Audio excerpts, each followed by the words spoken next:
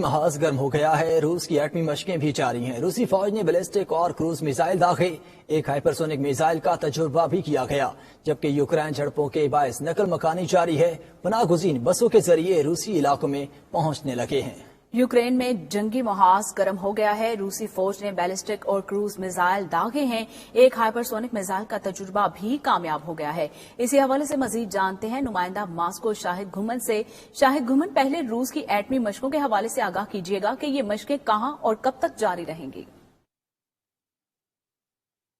جی بالکل، روسی صدر پوتن کے حکم کے مطابق 4 ماہ سے جاری فوجی مشقوں میں جوہری مشقوں کا بھی آغاز کر دیا گیا ہے۔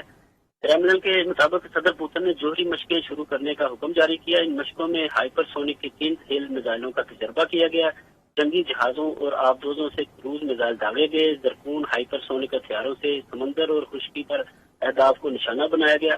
ہفتے کے روز صدر ولادیمیر پوتن نے کرملن سے روسی جوہری میزائلوں والی تجرباتی فوجی مشق کا آغاز کیا۔ ترجمان دمتری پیسکوف نے جوہری مشقوں کے آغاز کی تصدیق کرتے ہوئے بتایا کہ ان کا مقصد جوہری ہتھیاروں کے حوالے سے روسی تیاری کو جانچنا ہے۔ کرملن سے روسی صدر پوتن نے جب جوہری میزائل آزمائش کے لیے لانچ کیے تو اس موقع پر بیلاروس کے صدر لوکاشینکو بھی صدر پوتن کے ساتھ موجود تھے۔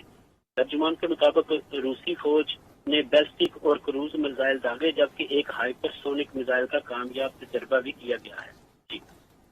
اچھا شاہد، یہ بتائیے گا کہ روس میں پناہ گزینوں کی آمد کا سلسلہ بھی جاری ہے، اب تک کتنے پناہ گزین جو ہیں وہ روس پہنچ چکے ہیں؟ جی بالکل، مشرقی یوکرین کے روس نواز علیحدگی پسندوں نے جمہوریہ ڈونیسٹک کے مختلف علاقوں سے جنگی خطرات کے پیش نظر مقامی خواتین اور بچوں کو روسی سرحدی علاقوں میں منتقل کرنا شروع کر دیا ہے۔ اندازے کے مطابق تقریباً 7 لاکھ افراد پناہ گزین روس منتقل کیے جائیں گے۔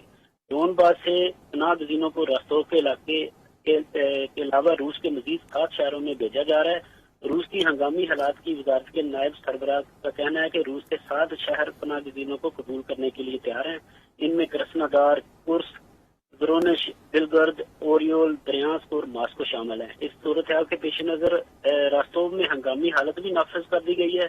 ڈونباس اور ڈونیٹسک کے لوگوں کی نقل مکانی جاری ہے۔ یہ افراد بسوں کے ذریعے روس منتقل ہو رہے ہیں، جبکہ روسی صدر پوتن کی جانب سے فی کا افراد کو 10,000 روبل دینے کا اعلان بھی کیا گیا ہے۔